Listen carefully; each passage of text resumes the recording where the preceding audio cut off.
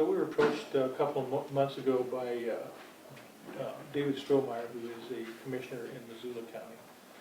Kind of spearheaded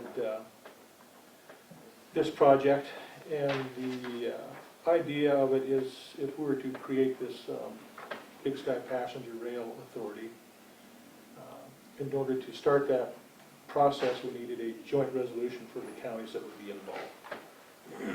And part of that process is holding this public hearing and signing resolution. So it has been advertised according to MCA for the 2 weeks. And once, if we do sign this, then they will send us electronic documents and we will sign it. And one thing that's important, I guess, about this from our standpoint is if this project goes forward, we felt it was important for Broadwater County to be involved in it as far as basically having a seat at the table for these decisions to be made. So I guess that's kind of our thoughts for our reasons for wanting to be involved in this project. I'll read a little bit. It says, once the joint resolution is adopted by each county, the final responsibility of the county commission is to each appoint one member of the board to represent your county, which would be a commissioner or individual whom the board chooses to select, with the only qualifications of that individual being that the appointed directors must have an interest in furthering the mission of the authority and bring varying expertise and knowledge to the authority. As soon as we have the names, we will schedule an initial board meeting of the authority, at which point the authority's directors will select officers and determine the next steps. So that's kind of the process of how that is going to go. A little bit of history on the reason why they thought about bringing this service back is in October 6th of 2019 it's been 40 years since the last scheduled passenger trains traversed southern Montana, which serves 16 stations in Montana and North Dakota.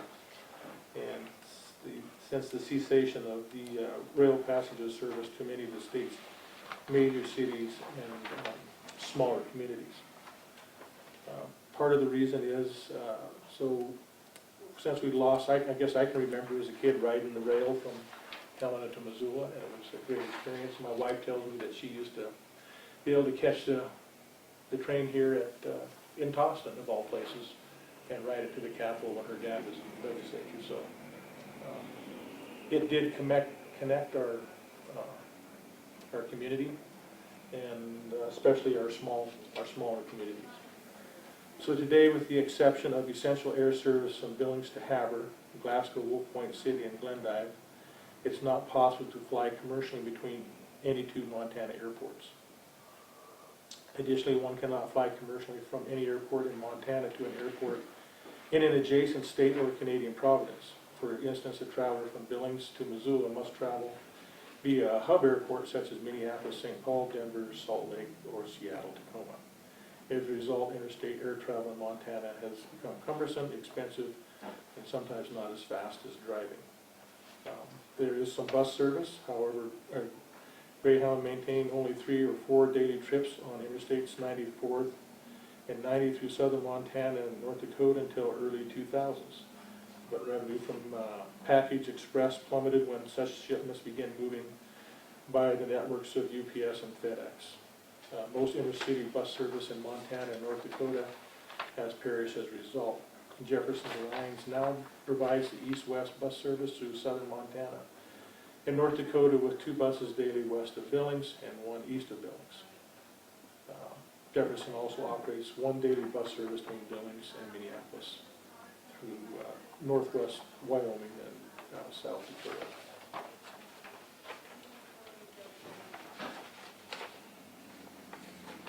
So, I mean, basically what we're talking about is trying to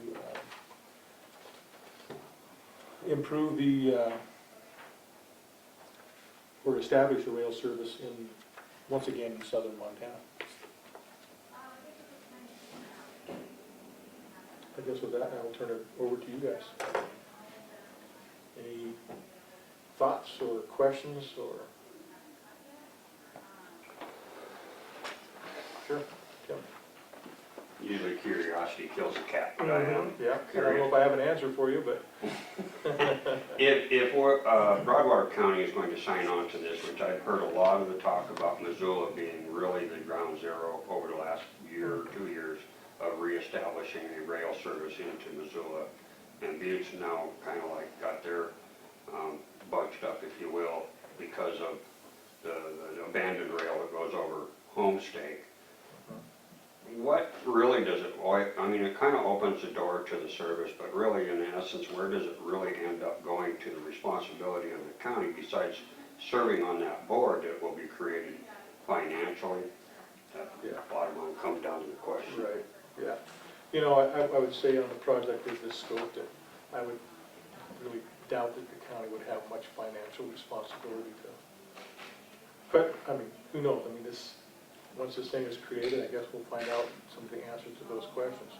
But the main thing is and like you said, the talk was to possibly, you know, that abandoned rail into Butte. You know, that's been abandoned for quite a few years. Yeah, I don't know.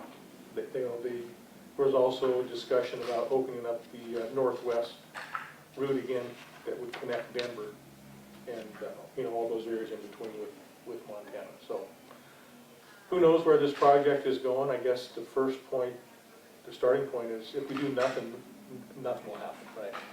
So if we get started and we get some ideas out there, and if there's some funding available, you know, maybe something will happen. I just don't know. But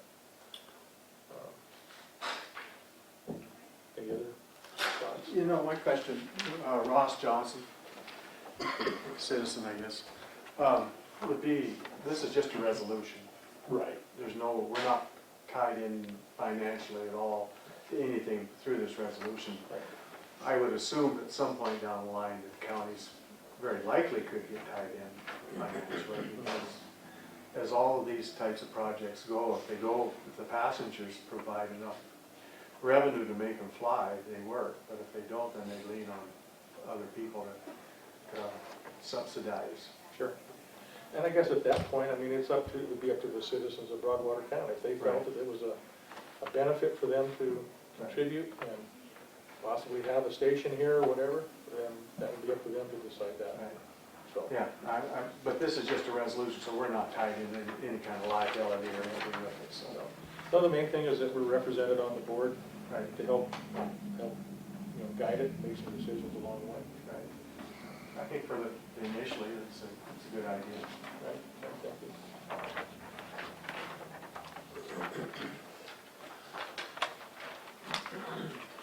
Matt, you have any thoughts? No? I think it'd be a good idea. I mean, you're definitely lacking services in the winter and the way everything's going. I think it'd be, you know, I remember the train coming through as a kid. I'd love to go on a train ride. That was a lot of fun. Yeah. And one of the other questions I think that was in his frequently asked questions was, would the northern route be discontinued? And it wouldn't. They would still keep that route going. And, anyway, all right, well, if there's no other discussion, then we'll close the hearing and open the meeting back up to our normal business meeting, and we can discuss the resolution.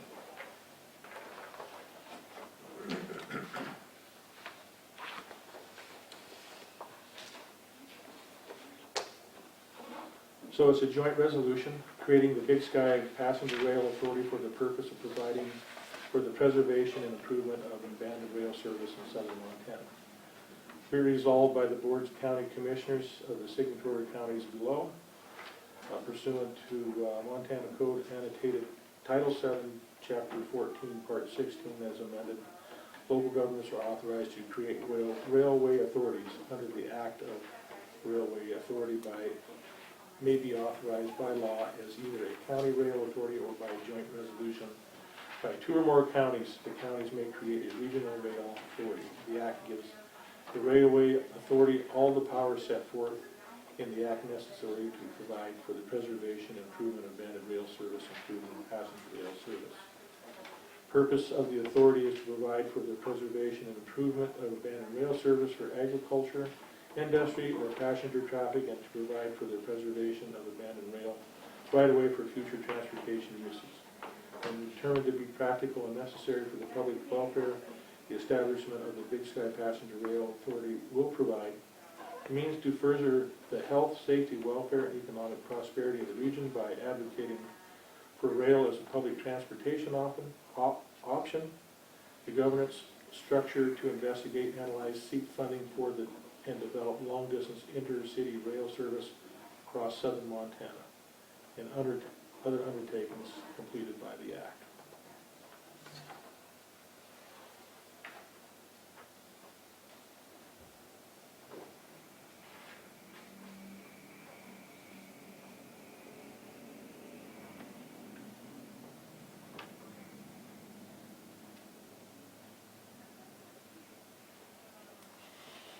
Do you know how many other counties have signed on to this? Let's see.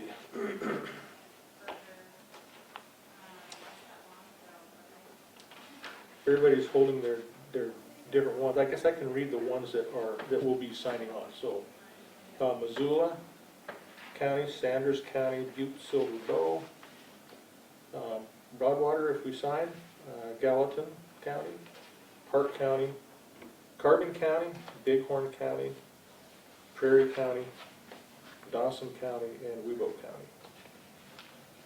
Those are the ones that are interested at this point.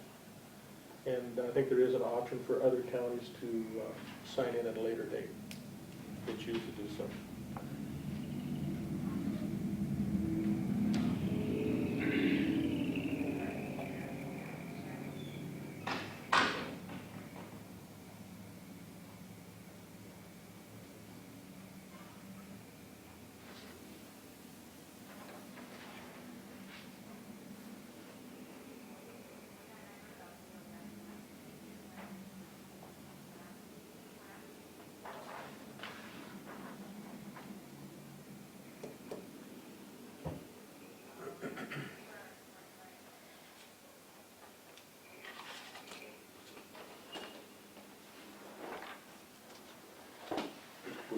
I'd make a motion to sign the resolution for the creating the Big Sky Passenger Rail Authority. Okay. I'll second that motion. Motion is made and seconded to sign a joint resolution for creating the Big Sky Passenger Rail Authority for the purpose of providing for the preservation and improvement of abandoned rail services in southern Montana. Any public discussion? Did we advertise this twice? We did. Okay. Yeah. I guess I'll just offer a thought just for the public. If the public wants to look at this in great detail, it's 7-14-1601. That whole section, there's a lot of sections there, but they all specifically deal with railway authorities. And then they could be established by just one county, or in this case, a regional one, by multiple counties together. So, as I understand it, when if the county adopts this, well then a commissioner from this county will be on the board of directors. Is that the expectation? Commissioner or someone else that we appoint. Okay. Yeah, it could be either. Okay. And then, as far as funding goes for it, if people want to look at 7-14-1632, there's a mill levy that's authorized to raise money for it, but it has to be approved by the voters. So if you want to look at that in more detail. It can issue bonds, but again, that would be a bond issued by the authority, not by the county, the individual county. But let's say it's a regional authority of 10 counties, then the bonds or the mill levies, if they were approved by everybody, would be within those counties. It wouldn't be statewide. Is that your understanding? That's my understanding. Okay.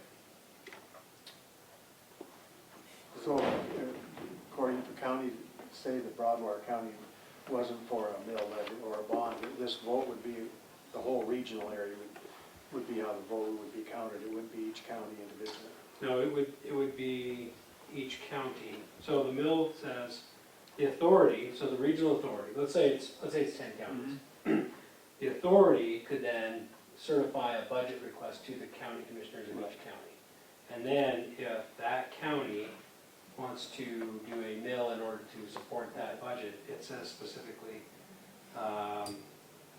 may certify annually to the Board of County Commissioners the amount of money necessary for the operation of the authority. Upon approval by the electorate, the board shall annually, at the time of levying county taxes, fix a levy, a tax, and mills upon all property within the boundaries of the authority. So that's an interesting point. There could be an authority that's, say, only half the county for some reason, and would only be on the property within that authority boundary.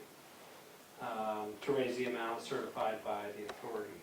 And then the next section says specifically, before the levy in the previous section may be made, the question must be submitted to a vote of the people at an election pursuant to, in its Title 15, 10-425.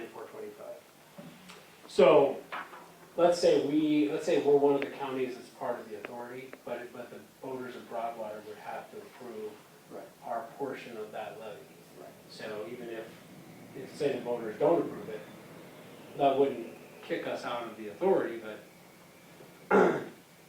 you guys might get some rotten fruit thrown at you at the board of directors. My concern, Corey, was that if the whole group, you could get dragged into it, even though if the whole area voted on it, and there was a vote on the whole area, you could end up, but you answered that question. Yeah, it's very clearly, it has to be the voters of the county that vote to adopt that levy for the county's participation in that regional authority.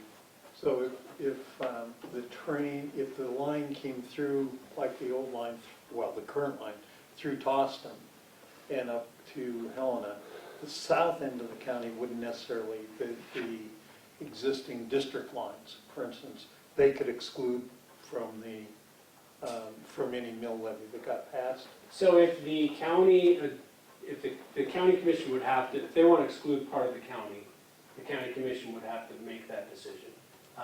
There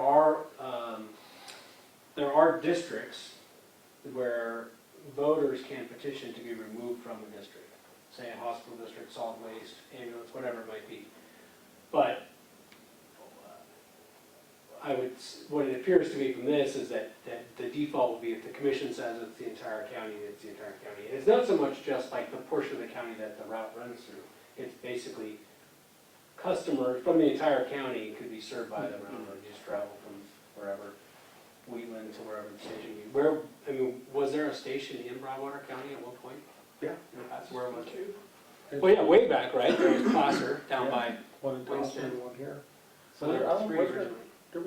Was there actual station in Winston? I don't recall that. Placer, it was called. Oh. It's actually a little bit south of Winston, because it became a big deal with the Joe Schmaus case, so I learned all about Placer. All right. Not there anymore. Thanks, Corey. Yeah, thank you. Any more discussion?